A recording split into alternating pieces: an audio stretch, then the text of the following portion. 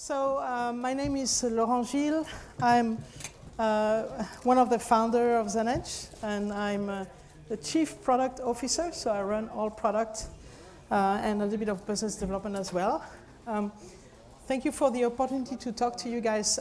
We want to give you two messages. One is the state of the union, some of the attacks that we've seen so far on applications and on networks. I'll give you a few examples of these, especially the one that happened on Friday and Saturday, starting in the UK. So I'll show you what happened there.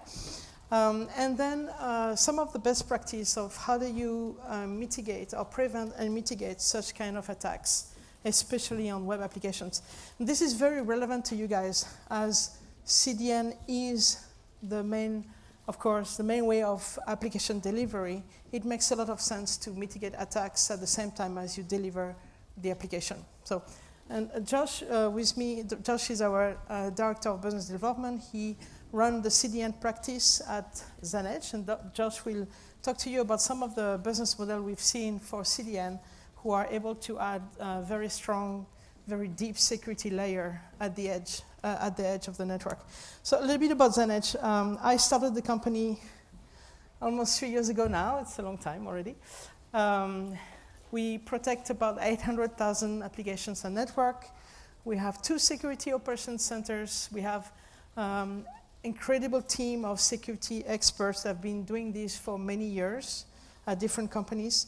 We are private equity funded, as often we start up private equity and not venture capital funded, so it means we are looking here at the very long-term horizon in what we do. And we have offices all over the place in North America and in Europe, and we are opening very soon one in Asia. This is what we do. We help organizations protect their web applications and networks against cyber attacks. So we have application protection, and we have also network DDoS protection. That's the only thing I'm going to say about ZENEDGE. This is not about us. This is more about what we see in the marketplace in terms of attacks, and how do you defend and prevent these attacks, and what is the best practice for CDN companies. So first, the State of the Union. I have to start by this one. I'm sure some of you guys have seen it before. This is WannaCry. So this is the attack that happened on Friday. Started at 8 a.m. in the UK, so 8 a.m. Central European time. If you have seen this on your desktop, on your PC, it means that your PC has been encrypted, that all the data on your machines is still there, but you cannot access it. And you have to pay $300 in Bitcoin. And you have a few hours to do it, and in a few hours it's going to be double that amount. And then at some point, and we've seen a lot of cases, a few hours to a few days, you will not be able to retrieve your data. So that's what happened. On Friday, 200,000 computers as of this morning were infected in many, almost global, in 150 countries. It's actually a global business, so the screen you've seen before, you can have it in many languages, and they even thought of making a Chinese simplified and the Chinese traditional translation of the screen, so you can see that the team that is behind it is really looking at a global business. It was not a 0 day, so a lot of people are confused about this. What the exploit they were looking for were actually well identified, well known. A patch happened in March of this year by Microsoft, and the reason why this happened is because of the patch. The patch were not applied. What happened? So the initial vector was a phishing email. We've seen some emails that had a PDF attachment where someone would double-click on the PDF, and then it would launch the malware behind the scene. The problem with this attack is that when the computer was infected, it used 2 exploits that were developed by some spy agencies in the US, and it was released in in April actually. These exploits allowed the malware to distribute laterally across a network. So this is very interesting. So even though you are not the one who opened the email, you're not the one who clicked on the PDF document, you are going to be infected because you don't have the patch on your PC, and because someone else in your organization clicked on the email. That's the problem with this. That's why this spreads so fast into so many machines. We call this lateral spreading. This is the absolute worst that can happen when someone in the organization, a weak link in the organization, click on an email, and then the system uses some vulnerability, some exploits, to distribute laterally across the entire network of the organization. That's exactly what happened to Telefónica in Spain on Friday, where the entire network was infected for all the machines that didn't have the patch. We got a little bit lucky, I would say, is that even hackers make mistakes. In this case, this is the mistake they made. The malware had a kill switch. So the kill switch was the following. If this site exists, this domain existed, then the malware would automatically delete itself. And that's why Friday, after 5 p.m. European time, the malware stopped spreading as fast because someone had the idea of registering this domain. And therefore, every computer that was going to be infected pinged this website. If this website exists, the malware will disappear. This is the mistake the hacker did. They did this for a very good reason, actually.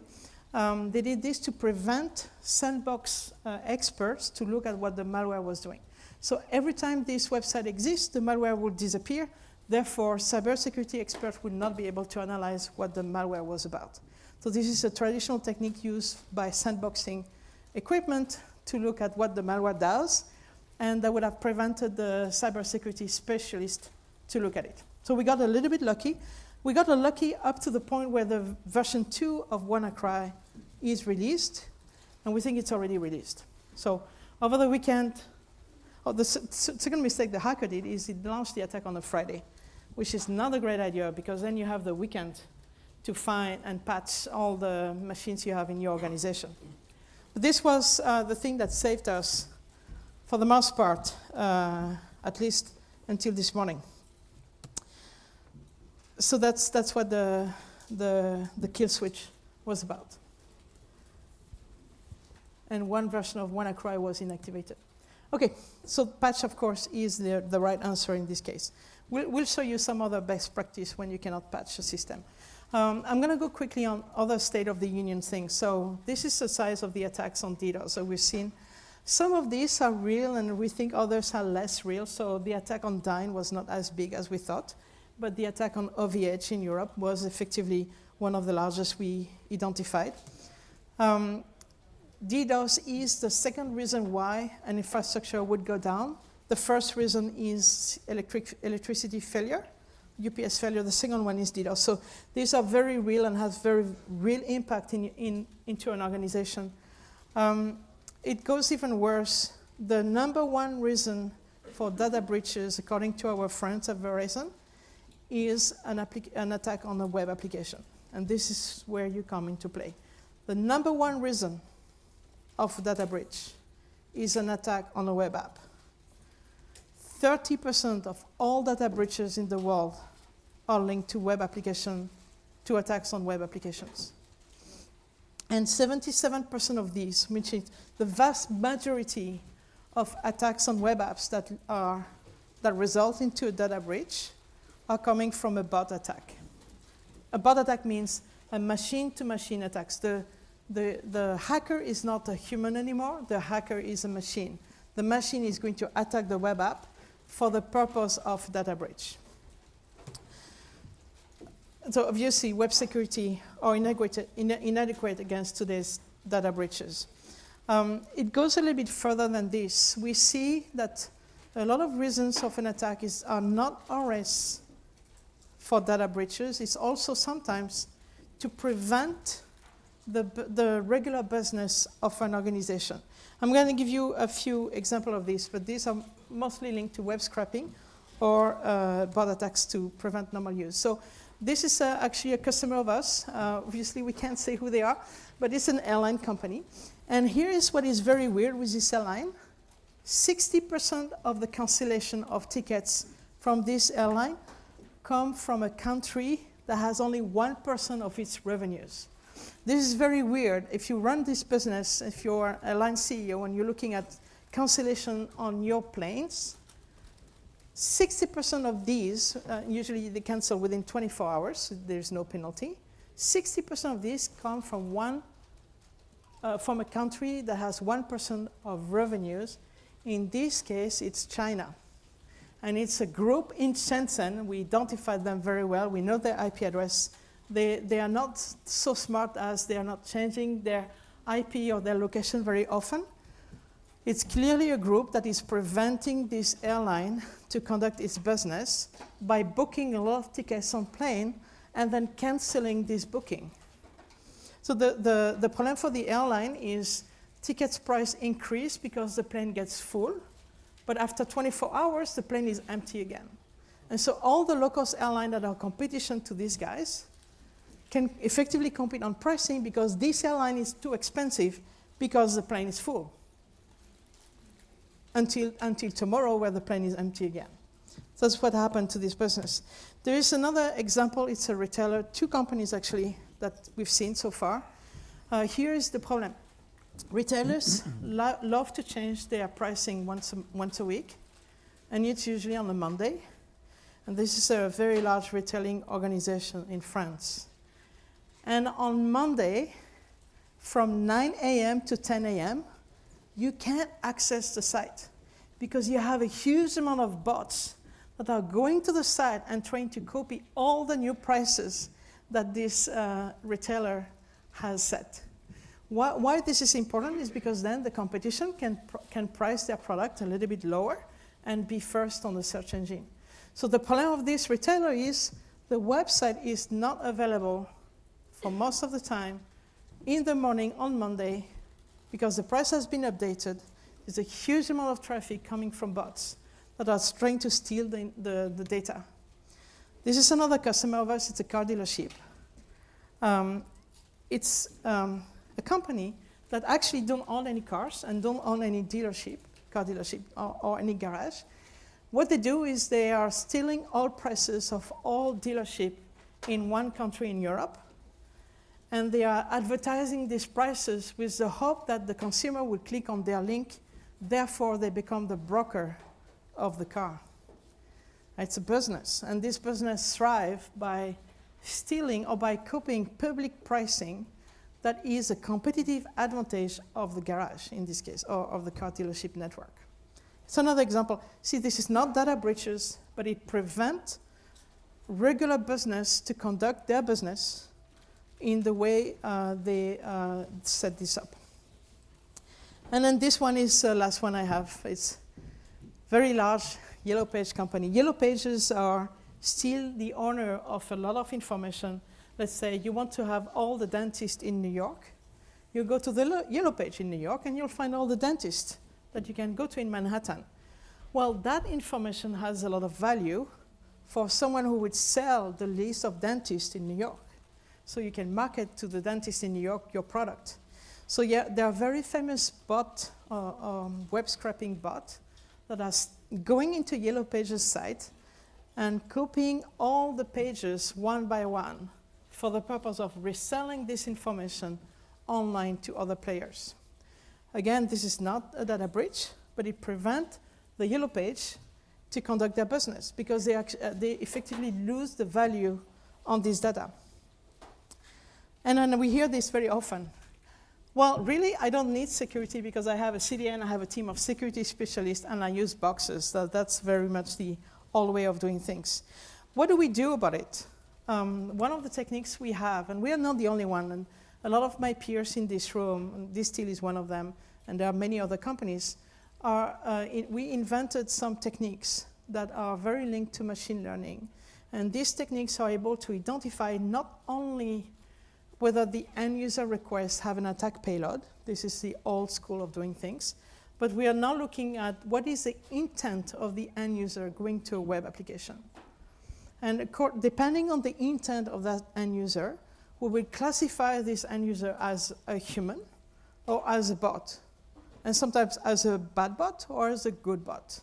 And some of the techniques we have, we're not the only one in that field, is a classifier. It's based on machine learning classifier that classifies requests into the traffic that seems to follow the appropriate way of booking an airline ticket, and the behavior that is not the appropriate way of booking a plane ticket, especially if you repeatedly buy and cancel all day long. So we are able to, I call this a repetitiveness block. We're able to classify behavior based on repetition, based on non-interaction of an application, based on nonsense interaction. Nonsense is very simple. Imagine a user that go to page A, and then immediately after that go to page B, but page A and page B are not linked to each other. That's obviously a nonsense type of behavior. A human doesn't go from page A to page B unless page A and B are linked by a link on the page. Right, that's another example of how do we identify bots and how do we classify bots as malicious or inappropriate. We also call this the opportunity, and this is what Josh is going to talk about. The idea that application delivery, CDN delivery, is, in our opinion, the best place to add application security. All right. Thank you, Laurent. So what we find is that customers basically look for easy places to get their security wins, right? So they're going to different vendors and different layers of infrastructure that are already participating in the entire value chain on the way back to whatever the data is that they're looking to protect. Whether it's the data associated with pricing and inventory, whether or not it's looking at airline tickets and what have you. And when you think about the CDN or you think about the network, it makes a lot of sense to put it here. And primarily for the reasons that the users are already transiting the CDN in order to get back to whatever the origin is anyway. Right? So when you begin taking a look at where the ideal places are for security, it actually is between the CDN and the origin. As Laurent pointed out, a lot of our customers tell you and tell me the same exact thing. I have a CDN. I have no worry about any volumetric issues. That's why I have a CDN. I let the CDN soak up whatever bad packets or as many of the bad packets as possible. And for a large extent, that works. Non-standard ports, UDP, these types of attacks generally get beaten out by the CDN because even a CDN is going to do its own security. But where people tend to kind of become a little bit more lax is what they're doing against the origin, right? So once you unchain the CDN and the origin, there's a lot of different exploits that live in there. And so how best to basically prevent attacks here? The traditional approach was adding boxes or being able to look at different layers of infrastructure in order to clear out the issues. But when you take a look at what we're doing, both as a security vendor and you as a CDN vendor, you're really looking for cloud-based solutions that allow you to block bad traffic and allow good traffic to filter through the system. So that's basically what we're looking for. And when we work with a lot of CDNs, which I think we have now 6 or 7 different CDN partners globally, what we're looking to do is basically break this misidentified truth, right? A lot of people think security has to add complexity to what you're doing. And in truth, it doesn't. A lot of our customers need to be retrained in terms of what their actual liability is. They need to be retrained in terms of what protections they're getting from various levels. And that's what we're here to do. We partner with a lot of companies to basically help customers understand where best to put their security and to help vendors in the CDN and in the network and hosting space understand how do you appropriately coach the customer through a proper solution. Couple vanity shots. We like to keep things very simple, very easy. One of the nice things about our interfaces and the data that we bring in is a lot of it is very similar to how you run your business.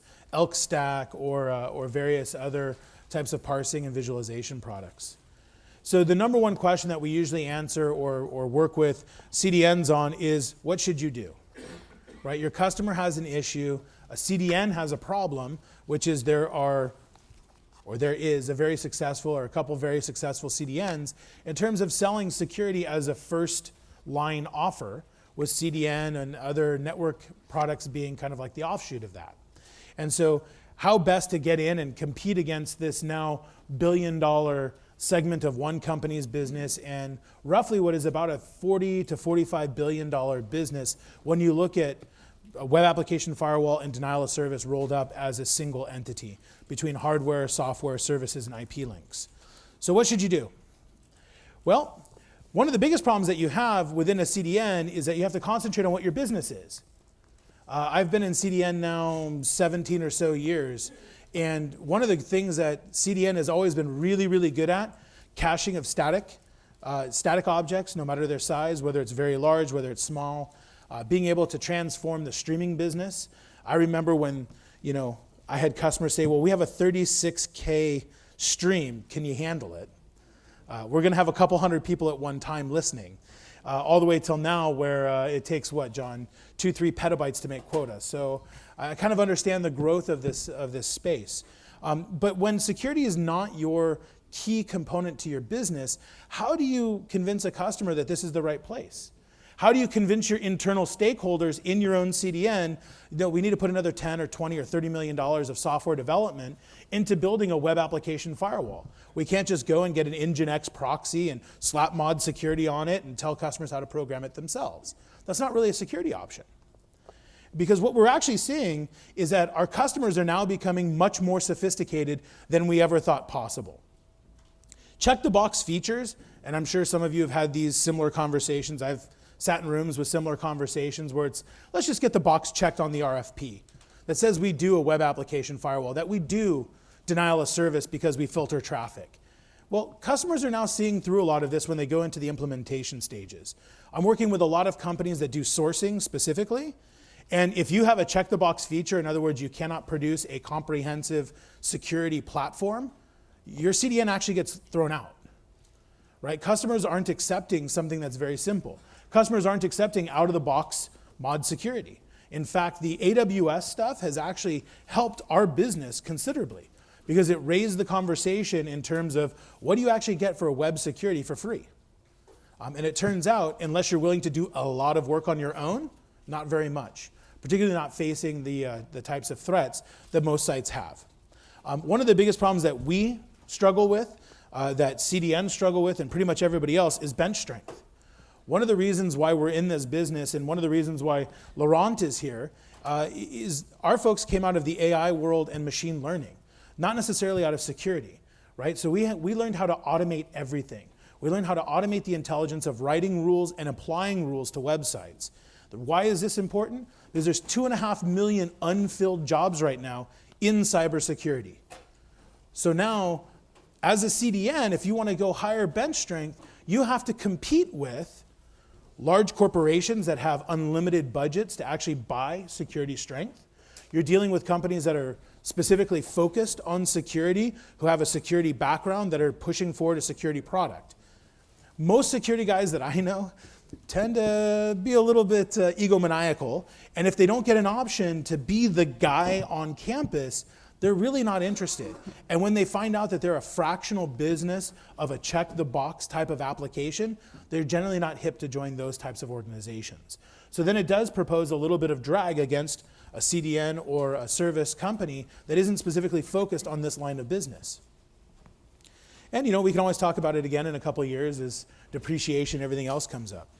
I worked on the buy side for a couple of years. Some of you may remember me from my Radware days, where I sold a lot of big iron, I sold a lot of big firewalls, installed a number of DDoS solutions for various network carriers and CDN carriers. Buy is a great idea as long as you have the people to run it and can really understand the actual process of what it takes to manage the solution. It's a little bit worse than the software development code or software development side because you're now no longer in charge of your code base. And one of the vendors that I worked for, sometimes that code base wasn't always relevant or recent. And so when you were looking at updates, sometimes they don't come for days or they don't come for years. So there's a lot of complexity inside of just buying off-the-shelf iron or trying to take an off-the-shelf proxy and mod security solution and try to cobble together kind of a greater solution. Which then, obviously, our big focus is working on a partnership basis and helping customers really understand how to drive revenue down the CDN channel, right? Where this becomes really important is when you start taking a look at CDN Revenue, right? I think when I started in CDN, it was $2,000 a megabit, and we were arguing over whether or not a gigabyte should be rounded to the next complete gigabyte. And now we're talking about rounding to the next petabyte. So there's obviously a difference in scale, and our pricing has kind of followed suit on the opposite side. So now it's incumbent on the CDN to look for other opportunities that bring in relevant revenue that fit well into the architecture that can also be managed on both sides. And so if you're not going to be out there building your own security operation, we have teams of research individuals. So the WeCry stuff, we were researching this Thursday into Friday. We're watching the signatures come through. We have a complete malware team that goes out and looks for signatures, helps write signatures and patches. So this is we have almost 100 people alone just doing research, software development, and technical operations. So now put that into a larger context of a CDN and what that would entail for your business. So the bigger issue is that we're learning that most customers, we see the same thing with customers on their build side or buy side. They will actually go out and buy a solution, implement it, and for 60 or 90 days, it's beautiful. It's patched, it's in tune, everything's working proper, and then at that point, they release a patch or they release a new component to their website, and rather than going through the tuning process all over again, typically what we see is at that point, rules start to fall out, people stop following best practices, and then we begin to see a few issues with what I would call data efficiency, right? So now you're starting to block users, so then people start turning off features and functionality of a web application firewall, or we start routing around our DDoS services as a stopgap measure. The problem is that then you get breached. All right, so at that point, are there any questions? Please, let's make it interactive. If you have questions, if there's anything you'd like to challenge us on, any questions about what Verizon's released or anything on latest data breaches, we're happy to answer questions. We're happy to help out. That's why we're here. That's why we bought y'all lunch. Was it good? I haven't had my sandwich yet. All right, I see a thumbs up, so that's good. They didn't have roast beef. They didn't ask us, so. Anything? Wow. All right, Josh. Let's hear it, John. Great to see you. I didn't catch you earlier. So this is a bit of a question from the uninitiated, and for intents and purposes, I'm involved in the CDN side of things. But do you have a sense today as to if you could balance percentages, business drivers for attacks you're seeing today versus just hijinks? Like, we often say, Hijinks, this is actually, I think, a very important question for everyone in the room, because you referenced what was going on with the airline. Yep. Clearly, there's a monetary reason behind that. That becomes a lot more interesting, I think, all of us in the room, as opposed to random kids getting up to, swatting people or what have you. Did you look at metrics in terms of commercially driven attacks? So we do look at commercially driven attacks, primarily amongst our own customers, but then there's also a lot of industry reports. Some of them just came out. The OWASP 17 just released, so giving kind of the new vectors. In terms of hijinks, generally where you see hijinks is one individual to another individual, or a botnet against a specific individual.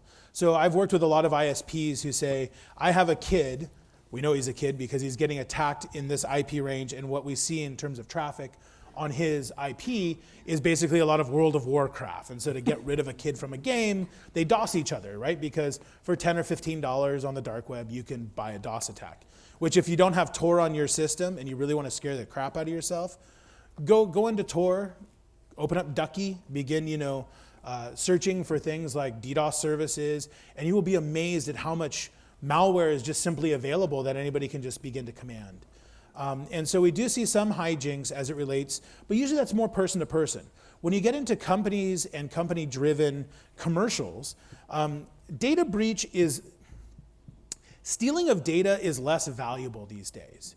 What's more valuable is holding a company ransom based on its data, right? So the reason why WeCry is so devastating is because you can shut down the entire national health system of England, right? And you can demand $5-6 million to open it back up again. We saw this in where I'm from, and what's that? Or 26,000. Yeah, exactly. Where I'm at in California, BART, right? Our transit system got hit with a $7 million encryption virus. So that's a very simple conversation. Once you steal data, you then have to monetize it somehow, right? Credit cards are worth $1.50 tops with balance available and all the information to leverage the card, right? That's a lot of work and not a whole lot of payoff. Banking records are only worth $12 to $15 for the same thing. Medical records may be worth $300 per medical record, but the problem is, how do you monetize it, right? I think a lot of the data breach stuff that's going on today is kind of ancillary. It's done more on espionage and state-sponsored things, like we saw in France, like we saw here in America. Being able to actually push an agenda by stealing data and leveraging information that's available. Even Sony. The Sony attack wasn't necessarily done for any other reason than to make the executives at Sony look like crap and put forward a bunch of information that really just damages that particular business. They didn't actually make any money off of it, which is also kind of interesting.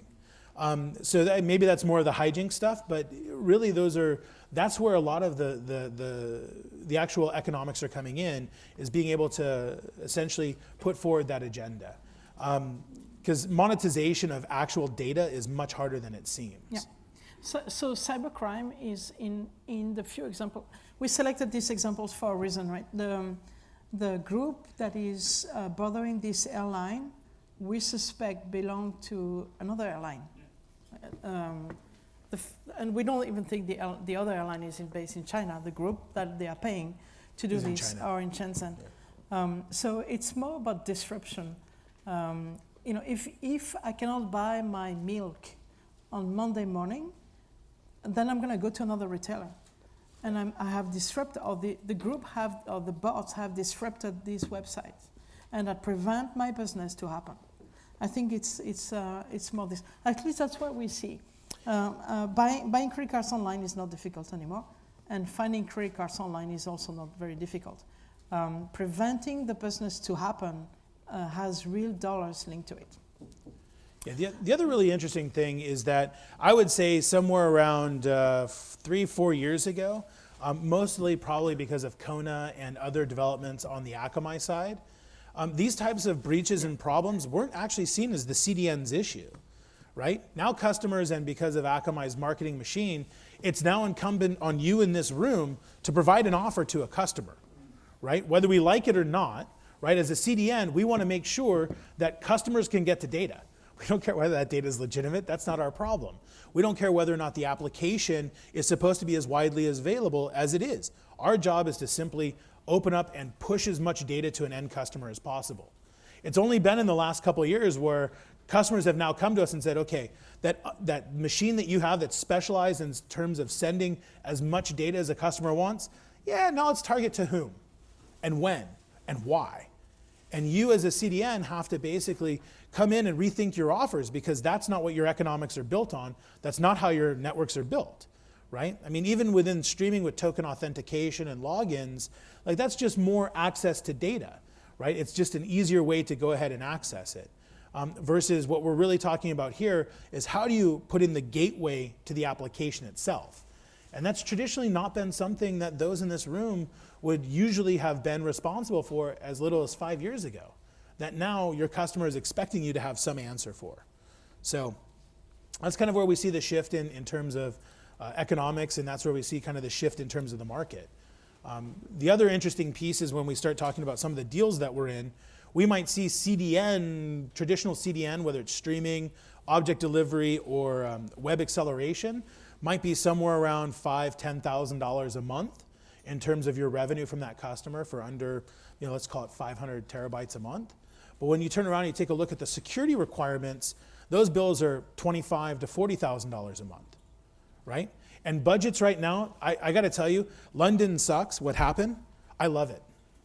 That just freed up so much budget in my world that it's insane. Like, you don't understand, right? And then you turn around and you go, well, how about, how many times in this room, if you're dealing on the CDN side, have you met with a customer and they go, we have zero budget for anything CDN. We don't have any money for storage. We don't have any money for anything. If you ask them what's their budget for security and how quickly did it grow this past year, your head is going to explode with exactly where the market is sending this, right? And CDNs, outside of maybe one or two players, that's the place where people are buying these types of products between there and other infrastructure as a service providers. And so it's incumbent on you to kind of get into that market, because the faster you can get into that market and secure a foothold, the better off you'll be with the coming issues. WeCry is not going away. DDoS hasn't gone away, and it's been around, since the rapid satellite attack in like 2003, when it took down the entire DNS of the internet, right? So, we've seen steady improvements on attacks, and we've seen a lot of improvements on infrastructure. This is just the next vector. So, sure. What have you announced as your CDN partners? Well, we leave it to our CDN providers to announce that. Most of them haven't. I mean, I'd be happy to talk to you offline about it. Yeah. We have several here in the United States, a couple in Europe, South America. And Asia. Oh, and Asia. Yeah. Yeah. That's true. Yeah. What kind of trends have you seen geographically, as far as, are there attacks coming more from certain parts of the world than others?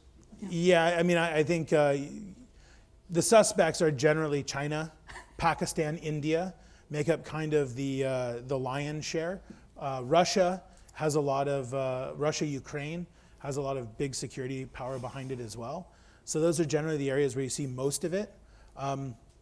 But again, when you're looking at where something's coming from, it doesn't necessarily mean that that's where it's being initiated from, right? You could literally have somebody in New Jersey commanding a botnet that's based out of Russia. And a lot of this you see, again, if you don't have Tor, go surf the dark web. You will be amazed at the tools and the resources there. I found a million IP botnet that I could command for something like 10 hours for around $5,000 to $6,000, right? So take a million systems, give each one, let's call it 10 to 15 megabits, and that's a pretty sizable attack, right? Or it's at least enough people to go and create havoc in other places, right? And this stuff is just freely available. So, also, one thing I do want to say about bots is that they don't necessarily have to be destructive. We work with a rental agency. They decided, for whatever reason, not to build an API service, which we'll talk about. I'll just mention something about APIs in just a second. So what they did is they just told their customers, here's how you scrape our inventory, right? And so what ends up happening is they hit these huge peaks when people are searching Orbitz or Expedia or whatever to go rent cars. And so they end up with a lot of spiky traffic. So they use us basically to just whack the top off, right? And say, we only allow 100 bots per second to come in. We don't care where they're coming from. We would rather delay bot traffic than human traffic. And so they use us to smooth peaks and valleys as well. The interesting thing about APIs, just to kind of step back, OWASP just identified APIs as the coming #1 vector, right? There's no content that comes out of it. It's not HTML, so you don't have a lot of the traditional markers that you were once looking for. You simply have call and response. And APIs have to be uniquely available wherever, or else the applications that are relying on them don't work at all. So now I can shut down an organization by simply attacking its API feed, right? I can shove so much traffic there that their phones don't work. Or I can crash their API system such that you can't make calls into the applications that you've written on top of it. Right, so we actually have API services that we can protect, and we do for a number of different companies. That basically takes a lot of the traditional HTML problems or HTML service problems that other web application firewalls have, and we eliminate it. So just an example, you can actually DDoS your car radio system by doing a dictionary attack on the API that is logging in your car. When you turn on the engine, your radio system is actually talking to a satellite and says, hey, this is me, I want to listen to music. You can actually DDoS that box and prevent you to listen to music, because you'll have a dictionary attack that will launch thousands of API calls to log into that box. And wives everywhere just rejoice that they could block Howard Stern. So. Yeah. So API protection is a new thing. We see some activities there for large companies. It's actually a very interesting field of research for us, because you cannot cache an API call in many ways. To cache an API call, you actually have to look at the intent of what the API does and then you can catch a piece of the request or the piece of the result of the API if you do it this way. But then it's very intrusive to what the company is doing in developing the API. So they have to think about it when they develop the API. And so we see a lot of new research and development, at least on our side, but we see this also from our peers, that are looking at how do you do an application layer protection on API calls that prevent this kind of dictionary attack or this kind of DDoSing the application layer of the API. And a very interesting subject. And with that, I think we have 4 minutes to the next session, so I imagine I'm probably going to get a red card. Yeah. Early on in the slides, you talked about how many of these attacks come behind legitimate logins or something to that effect. Can you sort of expand on that and say how we can overload a system like the airline example system, wherein I, as a legitimate user, have to provide certain credentials to get the data that I need to be able to interact with data, my profile in the CMS. Why is that connection or that being missed in that illegitimate login and bot attack? So we can talk a little bit more. I do want to be respectful of everybody's time for the different sessions. But what you do see is that mainly in China, Pakistan, India, they also have human bot farms. I don't know if you remember the old gold farming on World of Warcraft, where in China they would have people playing World of Warcraft 24 hours a day, getting gold, getting special armor, and then going and selling it on the secondary market. Those people still exist today. We're just now they're being deployed into different vectors. And a lot of this goes to what the airline was experiencing, because they would drop CAPTCHAs and the CAPTCHAs would be solved. They would then change some of the directions of how to order, and people would then begin to follow that. So when we look at classification, it's not just human or bot, there's also the intent, right? Human good and human bad. If the average person only buys one airline ticket with this airline per day, and you see an IP address or a behavior or fingerprint that's doing it 50 times in a week or 100 times in a day, you know you have an illegitimate user. And so we're just implementing a higher level of challenge. So and to add on to Josh, we are seeing humans that behave like bots. Yeah. This is a very interesting concept, right? It's a real human, but that human is buying plane tickets all day long from 9 a.m. to 5 p.m. So we classify this as malicious or inappropriate use. And the way we do this is by, there's a lot of machine learning techniques that classify requests into buckets. These buckets, we call them clusters. And when there's a cluster that is bigger than usual, we actually look at it. And we say, hey, this cluster is full of people buying and canceling all the time, all day long. Therefore, you catch them and you stop them. That's how we do it. So it's the machine that do the analysis, and very often it's a human security expert that is teaching the machine how to classify these clusters into the good and bad buckets. Not always the human versus bot, but also the human behaving like bots. And there was one more over here, I think. Was there another question on this side? Okay. Well, thank you. I hope you guys enjoyed lunch. If you have questions, please feel free.